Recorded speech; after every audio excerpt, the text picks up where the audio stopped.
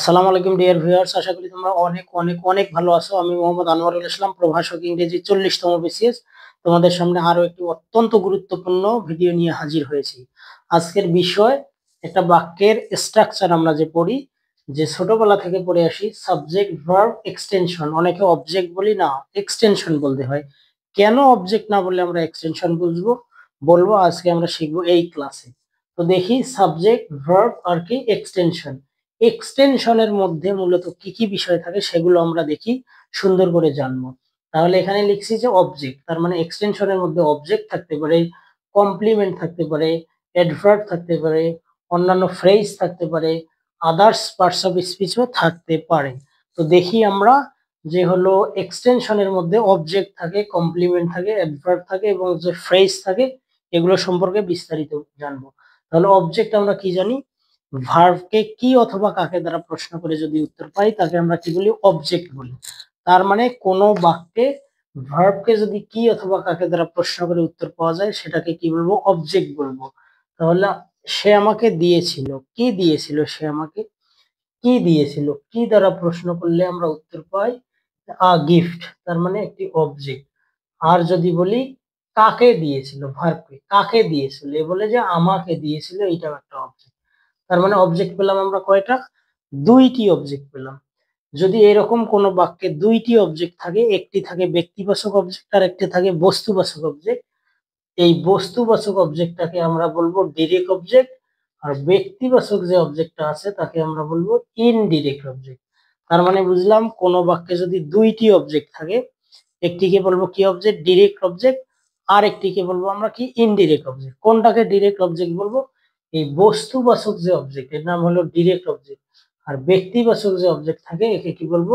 Indirect object. তার মানে object কি, তোমরা অবশ্যই বুঝতে পেরেছো যে ভার্বকে কি অথবা কাকে দ্বারা প্রশ্ন করে যদি উত্তর পাই সেটা হবে অবজেক্ট। তার মানে দুটি অবজেক্ট, একটি যদি ব্যক্তিবাচক হয় একটি বস্তুবাচক, একই বাক্যে হয়, ব্যক্তিবাচকটাকে আমরা বলবো ইনডিরেক্ট অবজেক্ট আর বস্তুবাচককে বলবো ডিরেক্ট অবজেক্ট। কিন্তু যদি দেখি হি বট আ কাইট, সে একটি ঘড়ি কিনল। কি কিনলো? ঘড়ি কিনলো। কয়টি ঘড়ি বলো দেখি? একটি ঘড়ি। তার মানে এই বাক্যে কয়টি অবজেক্ট আছে? কি কিনলো? ঘড়ি কিনলো। তার মানে একটি, যদি কোনো বাক্যে একটি মাত্র অবজেক্ট থাকে, সেটা ব্যক্তি বোঝাক অথবা বস্তু বোঝাক, অবশ্যই এটাকে আমরা কি বলবো? Direct object. তার মানে কোনো বাক্যে যদি একটি মাত্র অবজেক্ট থাকে, তাহলে সেক্ষেত্রে আমরা সেই অবজেক্টটাকে কি বলবো? এই অবজেক্টটাকে আমরা বলবো ডিরেক্ট অবজেক্ট। তার মানে শিখলাম, একটি মাত্র অবজেক্ট থাকলে ডিরেক্ট অবজেক্ট, দুইটি অবজেক্ট আসলে বস্তুবাচক অবজেক্টটাকে বলবো ডিরেক্ট অবজেক্ট, ব্যক্তিবাচক অবজেক্টটাকে বলবো ইনডিরেক্ট অবজেক্ট। তার মানে আমাদের অবজেক্টের কাজ শেষ। তাহলে অবজেক্ট হতে পারে দুই প্রকার, ডিরেক্ট অবজেক্ট আর কি অবজেক্ট? Indirect object. এখন দেখব যে কমপ্লিমেন্ট কি এবং অবজেক্টের সাথে কমপ্লিমেন্টের কি সংঘর্ষ বা ক্লাশ থাকে বা বৈসাদৃশ্যটা কি। কমপ্লিমেন্ট মূলত এই অথবা সাবজেক্ট অথবা অবজেক্টটা যদি একই জিনিস হয়, সাবজেক্ট এবং অবজেক্ট একই ব্যক্তি অথবা বস্তুকে মিন করলে বা বোঝালেই সেটাকে আমরা বলবো কমপ্লিমেন্ট। তার মানে হি মানে কি? সে। আর ডক্টর মানে ডাক্তার। ডাক্তার কে এখানে? সেই ডক্টর। তার মানে যে হি, সেই কি ডক্টর। এরকম যদি একটা জিনিস আর একটা জিনিসকে বোঝায়, একে আমরা অবজেক্ট না বলে কি বলবো? কমপ্লিমেন্ট বলবো। তাহলে দেখি হি ইজ আ ডক্টর, এই ডক্টর দ্বারা কাকে বুঝেছে? হি কে বুঝেছে। কিন্তু আগের বাক্য যে লিখেছি হি বট আ কাইট, এখানে সে কি কিনলো? এটা ঘড়ি কিনেছিল। তাহলে দেখো যে হি আর ঘড়ি কি এক জিনিস না আলাদা? অবশ্যই আলাদা। তার মানে অবজেক্ট গুলো সব সময় কি যাকে বোঝাবে তার থেকে আলাদা। অর্থাৎ হি, হি এর অবজেক্ট কি? আ কাইট। কাইট আর হি একই জিনিস না, আলাদা। কিন্তু he is a doctor, doctor আর হি একই জিনিস। তার মানে কোনো বাক্যে যদি আমরা দেখি যে হলো অবজেক্টটা যদি সাবজেক্টকেই মিন করে, সেটা আর অবজেক্ট থাকে না, সেটা হয়ে যায় কি? কমপ্লিমেন্ট। অর্থাৎ এই ডক্টরটাই হলো কি? হি। কিন্তু এই বাক্যে কাইট আর হি একই জিনিস না, এই জন্য এটা হলো অবজেক্ট, এটা হলো কি? কমপ্লিমেন্ট। এখন আমরা বুঝবো যে কমপ্লিমেন্টটাও আবার দুই প্রকার, একটাকে বলি সাবজেক্ট কমপ্লিমেন্ট আর একটাকে বলি অবজেক্ট কমপ্লিমেন্ট।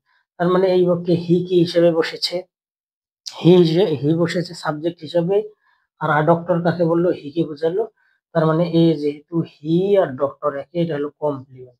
এই কমপ্লিমেন্টটা কাকে বোঝাইছে, সাবজেক্টকে বোঝাইছে, এর নাম হলো সাবজেক্টিভ কমপ্লিমেন্ট বা সাবজেক্ট কমপ্লিমেন্ট। পরেরটা দেখি, শি ইজ বিউটিফুল।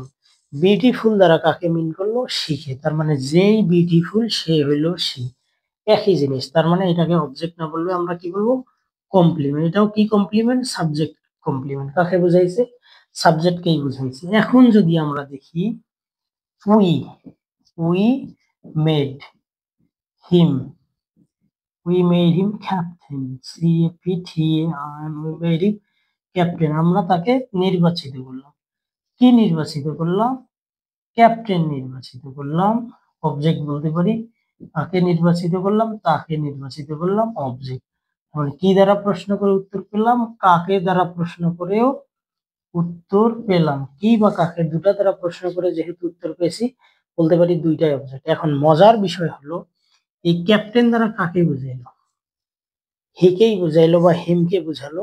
তার মানে যেহেতু এই অবজেক্ট দ্বারা এই হিমকেই বুঝিয়েছে, এই জন্য এইটাকে আর অবজেক্ট না বলে এটাকে কমপ্লিমেন্ট বলবো। এইটার নাম কোন কমপ্লিমেন্ট হবে, এটার নাম হলো অবজেক্ট কমপ্লিমেন্ট। যেহেতু এই বাক্যে হিম হলো অবজেক্ট, আবার একটা অবজেক্ট বসছে, এই অবজেক্টটা যেহেতু হিমকে বলে বুঝিয়েছে, তার মানে এখানে সে হলো অবজেক্ট না হয়ে এটা কমপ্লিমেন্ট হিসেবে বসছে। কারণ এই ক্যাপ্টেনও যে হিও সে, যেহেতু ক্যাপ্টেনও যে হিও সে একই জিনিস বা একই ব্যক্তি, তাহলে ক্যাপ্টেনকে আমরা বলবো কমপ্লিমেন্ট। কি কমপ্লিমেন্ট, অবজেক্টিভ কমপ্লিমেন্ট। আর এখানে আমরা লিখেছিলাম, দেখো পরেরটা আমরা লিখেছিলাম যে যদি কোনো কমপ্লিমেন্ট সাবজেক্টকে বোঝায় তাকে আমরা বলবো সাবজেক্ট কমপ্লিমেন্ট। তাহলে শিখলাম অবজেক্ট হলো দুই প্রকার, ডিরেক্ট অবজেক্ট আর ইনডিরেক্ট অবজেক্ট। কমপ্লিমেন্টের এখানে দুই প্রকার কমপ্লিমেন্ট শিখলাম, সাবজেক্ট কমপ্লিমেন্ট এবং কি অবজেক্ট কমপ্লিমেন্ট। এখন আমরা শিখবো, দুইটা গেল এক্সটেনশন হিসেবে, দুটা অ্যাডভার্বও এক্সটেনশন হিসেবে বসতে পারে। সিনান সিংস সুইটলি, সুইটলি গান করে। তার মানে এটা কিভাবে গান করে, সুইটলি। ভার্বকে কোথায়, কখন, কিভাবে, কেন দ্বারা প্রশ্ন করে উত্তর পেলে সেটা হবে অ্যাডভার্ব। তাহলে কিভাবে গান করে, সুইটলি। তার মানে এটা হলো অ্যাডভার্ব হিসেবে বসছে। এটা হলো কি কমপ্লিমেন্ট, অর্থাৎ হলো এক্সটেনশনের জায়গায় বসেছে। এক্সটেনশনের জায়গায় আর কি বসতে পারে, ফ্রেজ বসতে পারে। তাহলে দেখো, ফ্রেজ হলো একগুচ্ছ শব্দ যেখানে সাবজেক্ট আর মূল ভার্ব থাকে না, তাকে আমরা কি বলবো, ফ্রেজ। তাহলে এই যে অন দ্য চেয়ার, এটা একগুচ্ছ শব্দ, সাবজেক্টও নাই, মূল ভার্বও নাই, তাহলে ফ্রেজ।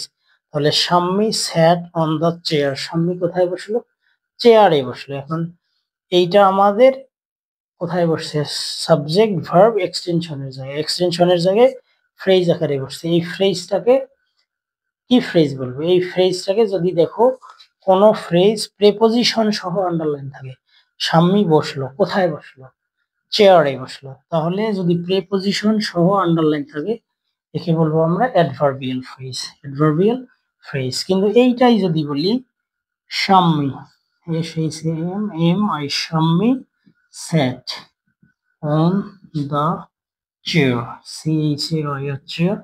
যদি এখানে প্রেপোজিশনটা বাদে আন্ডারলাইন করি তখন হবে নাউন ফ্রেজ। কেন নাউন ফ্রেজ, আমরা প্রেপোজিশনের সংজ্ঞায় পড়ে আসছি যে হলো প্রি অর্থ পূর্বে, পজিশন অর্থ অবস্থান। যে ওয়ার্ড নাউন বা প্রোনাউনের পূর্বে অবস্থান করে তাকে বলি আমরা প্রেপোজিশন।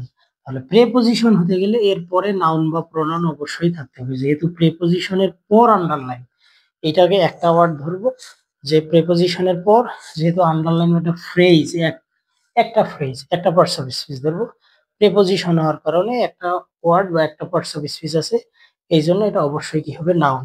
আর যেহেতু এখানে প্রেপোজিশন সহ আন্ডারলাইন ছিল, এটা হবে অ্যাডভার্বিয়াল ফ্রেজ। তো তোমাদের উদ্দেশ্যে আর একটা আমি তাহলে দিলাম যে হি গোজ টু স্কুল। তাহলে হি গোজ টু স্কুল, এইটা কোন ফ্রেজ।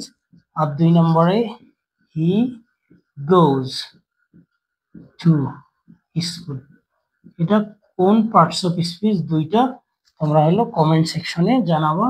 আশা করি তোমরা অনেক অনেক ভালো করবা বাস্তব জীবনে। তো আজকে আমরা শিখলাম যে এক্সটেনশনের জায়গায় কি কি বসে, অবজেক্ট বসে, কমপ্লিমেন্ট বসে, অ্যাডভার্ব বসে, আর যে কোনো ফ্রেজও বসতে পারে। তাহলে দেখো একটা টু সহ আন্ডারলাইন, একটা টু ছাড়া আন্ডারলাইন। তাহলে এই উত্তর দুটো তোমরা অবশ্যই কমেন্ট সেকশনে জানাবা। ভালো থাকবা সবাই, সুস্থ থাকবা, এবং আমাকে অবশ্যই অবশ্যই বেশি বেশি ফলো করবা, কমেন্ট করবা। ধন্যবাদ সবাই।